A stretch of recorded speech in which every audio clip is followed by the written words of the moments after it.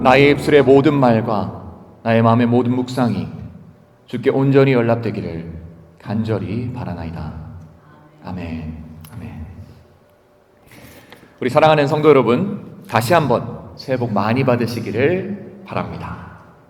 우리 새해를 맞으신 여러분과 함께 우리 하나님의 귀한 신령하고 하지만 손에 잡히는 축복이 여러분 한 해를 가득 메우기를 바랍니다. 우리가 잘 알고 있듯이 축복은, 우리가 생각하는 축복은 결코 고통과 아니면 완벽한 평안함 이런 거랑은 좀 거리가 먼 거예요. 제가 계속 말씀드리죠.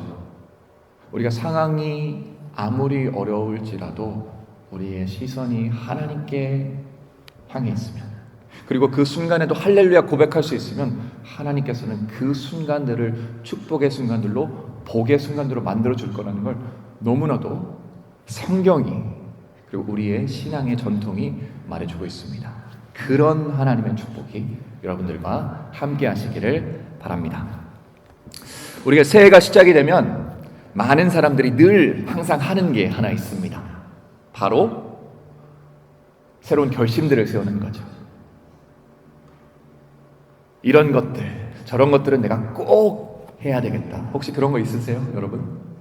꼭 이번에는 꼭 해야지 하는 것들. 아마 마음으로는 담고 있지만 입으로 꺼내면 꼭 지켜야 될 것 같으니까, 그리고 못 지킬 것 같으니까 안 하시는 분도 분명히 계실 거라고 믿어요. 저는 벌써 여러분께 선포했습니다. 이번 올 한 해 커피를 끊지는 않겠지만 우리 렌트가 오면요, 사순절이 오면 저는 커피를 끊을 겁니다. 그때 제가 해롱해롱하거나 막 머리 아파요 하면 그래서 그런 거구나 생각하시면 됩니다. 그것과 반대로 이건 내가 절대 하지 않아야 되겠다, 이런 것들 저런 것들은 하지 말아야겠다 생각하는 것도, 그것도 결심인 거죠. 저도 더 건강하게 먹어야지, 그리고 건강하지 않은 음식은 먹지 않아야겠다라는 결심들을 이번에 많이 했습니다. 그 자세한 항목들은 다 다르겠지만 아마 저희 누구든지 그런 생각과 그런 마음가짐을 이맘때쯤이면 늘 할 겁니다. 그리고 우리가 조금만 생각해 보면요, 이 모든 결심한다는 게 결국 무엇인지 아세요? 그건 바로요, 더 나은 삶, 어쩌면 더 행복한 삶을 살기 위해서 우리가 우리 스스로에게 어느 정도의 한계를 부여하는 거예요. 어떤 경계선을 만드는 겁니다. 그렇지 않습니까? 이것만큼은 내가 먹지 말아야지. 왜냐하면 내가 더 건강한 삶을 살기 원하니까. 그래서 이 결심이라는 건요, 결국은 나의 바운더리를 만드는 것, 나의 리밋을 만드는 것입니다. 그래서 저는 올 한 해를 준비하면서, 이제 시작하면서 여러분과 함께 나눌 말씀으로 10계명을 선택하게 됐습니다. 왜냐하면 이 10계명이야말로 하나님께서 우리를 위해 친히 정해주신 경계고요, 한계이기 때문입니다. 다만 우리가 흔히 생각하는 것과는 조금 다른 관점에서 이 10계명에 대해서 살펴보고 여러분과 함께 나누어 보려고 합니다.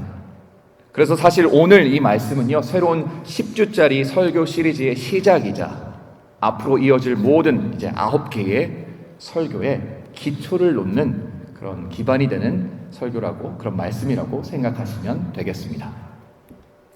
자, 본격적으로 우리가 말씀을 나누기 전에 짧게 이 본문에 대한 배경에 대해서 잠깐 설명드리겠습니다. 자, 모세와 이스라엘 백성은 애굽에서 탈출한 뒤에 놀라운 하나님의 능력을 경험하면서 홍해를 건너죠. 우리가 너무나도 잘 아는 그런 이야기입니다.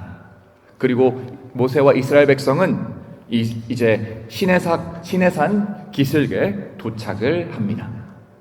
그리고 출애굽기 19장과 20장에서 볼 수 있는 것처럼 모세가 2차례 시내산을 오르락내리락 해요. 그리고 그 과정 중에 하나님께서 모세에게, 그리고 이스라엘 백성에게 뭘 주시죠? 10계명을 주십니다. 우리 아마 저 어렸을 때 10계라는 영화를 굉장히 인상 깊게 봤던 기억이 나요. 지금 생각해보면 그게 인상 깊었던 이유는 매년 봐서 그런 것 같아요. 매년 항상 어떻게 하든지 보게 되는 것 같아요. 그거랑 벤허, 막 교회에서도 막 상영하고 그랬던 것 같아요. 그래서 제 나이가 그렇게까지 어리지 않다는 걸 여러분들도 아마 그걸 통해서 오늘 공감하시잖아요. 느끼실 겁니다.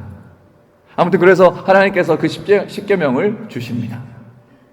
아마 여러분 대부분들이 이미 잘 알고 있는 그런 계명이고, 어떤 분들은 이 십계명을 처음부터 끝까지 다 외우시는 분들도 계실 거라고 생각을 해요. 그리고 이게 이 십계명은 이렇게 시작됩니다. 여러분께 이제 리마인드 해드릴게요. 너는 나 외에는 다른 신을 내게 두지 마라. 1계명. 너를 위하여 새긴 우상을 만들지 말라. 2계명. 너의 하나님 여호와의 이름을 망령되이 일컫지 말라. 제3계명. 안식일을 기억하여 거룩하게 지키라. 제4계명. 내 부모를 공경하라. 살인하지 말라. 간음하지 말라. 도둑질하지 말라. 내 이웃에 대하여 거짓 증거하지 말라. 그리고 제10계명. 내 이웃의 것을 탐내지 말라. 비슷비슷한 것도 있고 또 어떻게 해석하면 좀 순서가 바뀌는 경우도 있지만, 아무튼 10가지 계명이 이렇게 주어집니다. 그리고 이 10가지 계명 중에 오늘 우리가 집중해서 볼 계명은 제1계명입니다. 그리고 제가 여러분께 부탁드리고 싶은 거, 여러분이 꼭 기억하셨으면 좋겠는 것은 바로 하나님께서는 이 첫 번째 계명을 통해서 이후에 이어질 나머지 9가지의 계명을 위한 하나의 큰 전제를 세우십니다. 파운데이션인 거죠. 그리고 이 전제는 앞으로 이 설교 시리즈 내내 계속해서 다시 등장할 텐데요. 어쩌면 목회자로서 저는 여러분이 그거 하나만은 이 십계명 시리즈를 통해서 가지고 가기를 원하는 것 같습니다. 그리고 그 전제는 바로 이것입니다. 너희는 나에게 헌신하라. 그러면 나도 너희에게 전적으로 헌신하겠다. 오직 나와만 관계하라. 그리하면 나 또한 너만 바라보고 너와만 관계하겠다. 이건요, 두 사람 간에 엄청난 긴밀한 약속입니다. 그리고 그 약속을 우리 성경에서는 이렇게 얘기하죠. 언약이라고 얘기합니다. 이건 가족보다 더 가까운 관계, 사랑의 친밀한 관계인 것입니다. 그것만 기억하시면 돼요. 십계명이 뭐냐 누군가가 물어보면 그건요, 나와 하나님의 사랑의 관계를 말하는 것입니다. 이렇게 설명하시면 엄청난, 내가 십계명 그렇게 생각할 수 있는지 몰랐네 라고 하실 겁니다. 여러분들도 잘 아시다시피 이스라엘 백성이 430년 동안 동화되어서 살았던 그 애굽의 문화는요, 다신론적인 문화였습니다. 다시 말해서 하나의 신을 섬기는 게 아니라 수많은 여러 명의 신을 섬겼다는 그런 얘기죠. 그리고 이 사실이 이상할 게 없는 것이 그 당시 대부분의 문화 속에서는 이런 다신론적인 종교관이 너무나도 당연한 거였어요. 오히려 하나의 신을 섬긴다는 게 말이 안 되는 그런 시대였던 것입니다. 그런데 그런 상황 속에서 여호와 하나님께서는 이스라엘 백성들에게 이렇게 말씀하십니다. 너희는 나 외에는 다른 신을 두지 말라. 첫 계명이죠. 여러분들은 아마 평생을 기독교인으로 살아오시면서 이게 너무 당연하다고 느껴지시겠지만, 이 말은 그 당시 이스라엘 백성들에게는 너무나도 충격적인 이야기였습니다. 그리고 그런 명령이자 계명을 들은 이스라엘 사람들은 아마 자기들 사이에서 이런저런 얘기를 했을 거예요. 모세가 이거 십계명이라고 해서 들고 왔는데 첫 계명이 나 외에는 다른 신을 섬기지 말래. 아니, 한 명의 신만 섬기고 예배해야 한다면 우리 집에 아픈 사람이 생기면 어떡해? 나는 치유의 신이 따로 있는데, 이제 이집트에서는 세크메트라는 신이 있는데 내가 그 신한테 기도하지 못하면 내 병은 누가 고쳐줘? 아니, 우리 며느리가 만약에 아이를 갖지 못하면 어떡해? 임신과 출산만큼은 바알 신이 최고라고 하던데 내가 그 신에게 기도해야 되는 거 아니야? 앞으로 공부를 위한 지혜가 필요할 때는 내가 누구한테 얘기하고, 전쟁을 치러야 할 때는 전쟁의 신이 있는데 그럼 누구한테? 농사를 짓고 풍년을 기릴 수밖에 없을 때에는 내가 과연 누구한테 기도해야 된다는 거야, 그러면? 그리고 억울한 일을 당했을 때 내 복수의 신이 당연히 해주는 건데 난 도대체 누구한테 내 눈길을 돌리고 도움을 요청해야 하지? 여러분, 장난같이 들리지만 정말입니다. 사람들은 그렇게 생각을 했던 거예요. 아니, 정말로 이 한 분 야훼 하나님이라는 분이 모든 신을 다 합친 것보다 더 뛰어나다고? 믿을 수 없어. 그리고 출애굽기 20장 1절에서 3절까지의 말씀은요, 이 이스라엘 백성들이 가진 이 수많은 질문에 대한 하나님의 명백한 대답이었던 겁니다. 맞아. 내가 그런 하나님이야. 내가 그 모든 것이 되겠고 그 모든 것 이상이 너에게 되어줄 것이다 말씀하시는 거예요. 여러분, 제1계명이 선포되기 전에 어떤 말씀이 선포되는지 우리가 다시 한번 살펴보기를 원합니다. 1절 2절에서 말씀인데요, 나는 너를 애굽 땅 종되었던 집에서 인도하여 낸 너의 하나님 여호와니라, 이렇게 얘기하세요. 그리고 나서 하나님께서 말씀하시는 것입니다. 그러니 너는 나 외에 다른 신을 두지 말라. 그리고 여기서 하나님께서 하시는 말씀은 바로 이것입니다. 내가 너를 위해서 무엇을 행했고 무엇을 이루었는지를 기억해내. 내가 너를 얼마나 사랑했는지를 기억하기를 바란다. 내가 너희에게 내 능력을 어떤 식으로 보여주고 증명했는지 기억하렴. 너를 구하기 위해서 내가 어떤 일들까지 했는지, 우리 그런 얘기를 하면 이제 10가지 재앙에 대해서 막 생각이 나죠. 기억하렴. 그리고 그런 나를 신뢰하여라. 하나님 이런 말씀하시는 거예요. 다른 어떤 것도 바라보지 말고 다른 두 누구에게도 눈길을 주지 말고 오직 나만 바라보아라 하시는 하나님의 말씀입니다. 나중에 잠깐 얘기하겠지만 꼭 연인이 넌 다른 사람 보면 안 돼, 나만 봐 라고 하는 것 같지 않습니까? 사실 2026년도 오늘을 사는 우리도 그 이스라엘 백성들과 별반 다름이 없는 것 같습니다. 뭐냐면 우리도 그들이 했던 똑같은 질문을 우리 삶 속에서 계속 하고 있기 때문이에요. 우리 이런 기도하죠. 지금 당장 도움이 필요합니다. 하나님께서 하나님이신 것은 알겠는데요, 지금 이 상황에서, 이 절체절명의 순간에서 당신께서 나에게 어떤 실질적인 도움을 주실 수 있나요? 우리 이런 기도 하지 않나요? 아니, 제가 사랑하는 가족이 암이 걸렸어요. 지금 저에게 필요한 건요, 좋은 의사고요, 좋은 보험입니다. 하나님, 이거 다 알겠는데, 너무 감사하고 뭐 다 알겠는데 저에게는 현실적인 도움이 필요해요. 하나님, 제 사업이 무너져 내리고 있습니다. 그리고 지금 제게 필요한 건 제 가족을 지키고 먹여 살릴 만한 돈이 필요해요. 하나님, 여지껏 하나님께서 신실하셨던 것 인정합니다. 마음으로는 다 알겠어요. 머리로는 다 알겠어요. 그런데요, 하나님, 지금 당장에는요, 제가 도저히 보이지 않는 그 하나님의 신실함을 의존할 수가 없습니다.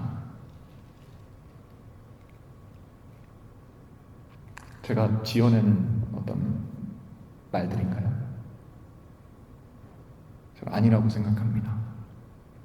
여러분, 우리가 모르는 사이에, 우리가 인식조차 하지 못하는 사이에 이 첫 번째 계명을 매일매일 순간순간마다 어기며 살아가요. 너는 나 외에는 다른 신들을 내게 두지 말라라는 계명을 말이죠. 여러분, 이 계명, 이 말의 진짜 의미는 이것입니다. 나 말고는 아무것도 의지하지 마. 오직 나만 의지하라. 그리고 사실 그게 저희한테는 가장 걸리는 부분이에요. 하나님도 의지하고 다른 것도 의지할 수 있으면 얼마나 좋겠습니까? 라는 마음이 우리 한켠에 있기 때문이에요. 항상. 그럴 때마다 하나님께서는 우리에게 다시 말씀하여 주십니다. 나는 내 하나님 여호와니라. 내가 너를 종된 자리에서 꺼내주지 않았느냐. 그러니 기억하라.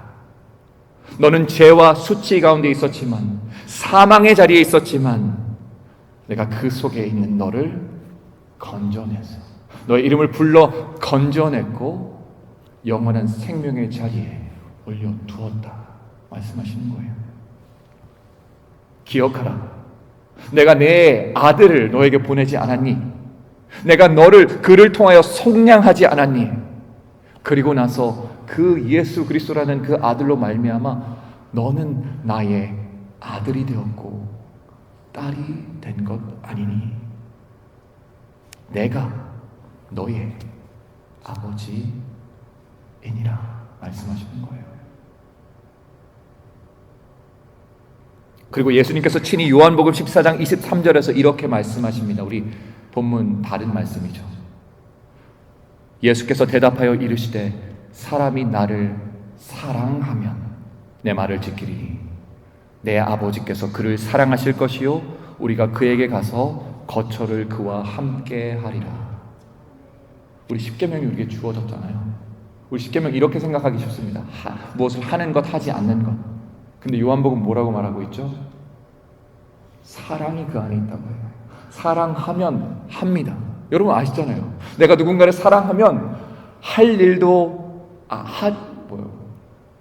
할 일도 안 하고 안 할 일도 아닌 것 같네요. 아무튼 그 사람을 위해서 무엇이든 기꺼이 하는 게 바로 사랑입니다. 그리고 하나님께서 그걸 저에게 보여주시는 거예요.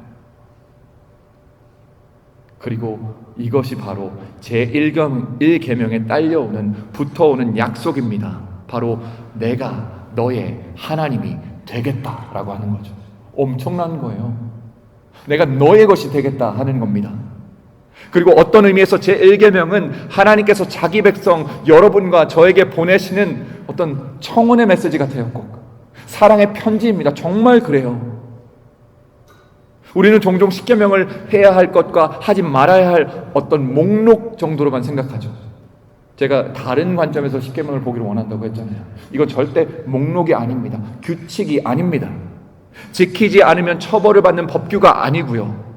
물론 그런 측면도 있겠지만 성경 전체의 큰 흐름 속에서 보면 하나님께서 여기서 하시는 것은 우리에게 사랑의 메시지를 계속해서 보내시는 겁니다. 내가 너를 사랑해서 너를 지키고 싶은 것이다. 여러분, 하나님께서 우리를 얼마나 사랑하시고 얼마나 우리와 함께 하고 싶어 하시는지 아세요? 혹시? 잘 모르시죠? 왠지 우리는 꼭 내가 하나님을 원해야 되는 것처럼 느끼는데 사실은 완전 반대예요. 하나님께서 우리와 함께 하시기를 너무나도 간절하게 원하십니다. 그리고 아마 그분이 우리와 함께 시간을 보내는 그 일에 얼마나 열심이신지를 아시면 여러분 깜짝 놀라실 겁니다. 왜? 나랑? 창세기 17장 8절 내가 가나안 온 땅을 너와 내 후손에게 주어 영원한 기업이 되게 하고 나는 그들의 하나님이 되리라. 출애굽기 29장 45절 말씀 내가 이스라엘 자손 중에 거하며 그들의 하나님이 되리니. 예레미야 31장 3절 내가 너를 영원한 사랑으로 사랑하기에 인자함으로 너를 이끌었노라. 예레미야 32장 38절 그들은 내 백성이 되겠고 나는 그들의 하나님이 되리라. 요한일서 3장 1절 보라 아버지께서 어떠한 사랑을 우리에게 주사 하나님의 자녀라 일컬음을 받게 하셨는가. 감탄사예요. 여러분, 우리가 첫 번째 계명을 지킬 수 있는 가장 큰 영감이자 동기는요, 절대로 종교적인 의무나 처벌에 대한 두려움이 아니라는 걸 기억하시기 바랍니다. 그게 아닌 우주에서 가장 위대한 분과 가장 독점적이고 헌신적인 관계를 맺을 수 있다는 사실이 제1계명에 들어있는 겁니다. 축복이고요, 특권입니다. 여러분, 독점적이라는 말은 여러분 아시죠? 다른 것들을 받아들이지 않겠다는 거예요. 다시 말해서 다른 그 누구도, 그 어떤 것도 끼어들 자리가 없다는 겁니다. 왜냐하면 그 관계 하나만으로 모든 우리의 갈망과 필요가 채워지기 때문입니다. 그리고 하나님께서는 거기에 대해서 너무 자신 있으세요. 내 은혜가 너에게 족하다. 앞서 말씀드렸듯이 우리 첫 번째 계명은 나머지 9계명을 위한 전제를 세웁니다. 그리고 그 전제는요, 관계이자 사랑입니다. 의무감이나 책임감 때문에 무엇을 하고 하지 않는 것이 아니라, 벌에 대한 두려움 때문에 무엇을 하거나 하지 않는 것이 아니라, 우리의 정말 진심으로 원해서 무엇을 하고 하지 않는가. 그 이유는요, 그분과 함께 하는 것이 내 영혼을 채우기 때문에, 그 다른 어떤 것보다 더 중요하고 값지기 때문에 할 수 있는 것입니다. 서로에게 한 그 약속, 그 언약의 귀하고 아름다움 때문에 서로에게, 이게 중요해요, 서로에게 헌신하는 겁니다. 하나님의 일방적인 사랑에 반응하는 것, 그게 순종이에요.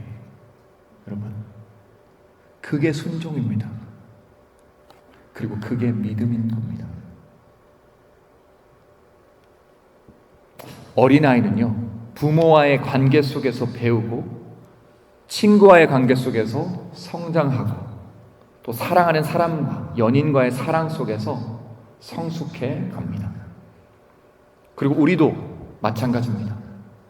그리스도인으로서 성숙한다는 것, 성장한다는 것은요, 규칙을 더 잘 지키는 사람이 되는 게 절대 아니에요. 그거 많이들 오해합니다. 우리 이걸 하고 무엇을 하지 않고 그걸 철저하게 지키는 게 성숙이라고 생각하는데요, 절대 아닙니다. 오히려 정반대예요.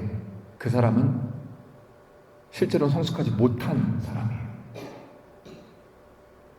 그게 아니라 하나님과의 관계 안에서 그 친밀함을 더 깊이 느끼는 것이야말로 기독교인의 참 성장이며 성숙임을 꼭 기억하시기 바랍니다.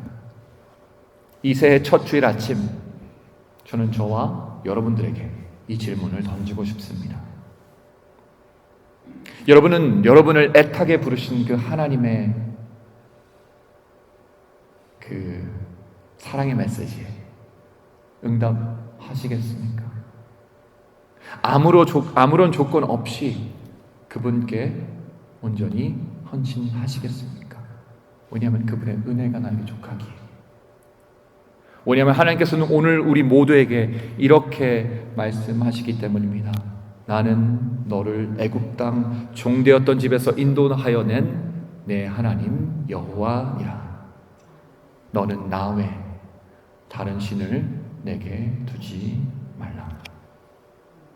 그 하나님의 사랑의 고백에 온전히 반응하시며 그분 외에는 그 어떠한 신도, 그 어떠한 조건도 사랑하지 않겠다는 귀한 언약을, 약속을 하실 수 있는 우리 모든 성도님들 되시기를 이 새해 아침, 새해 첫 주일 아침 주님의 이름으로 간절히 축원합니다.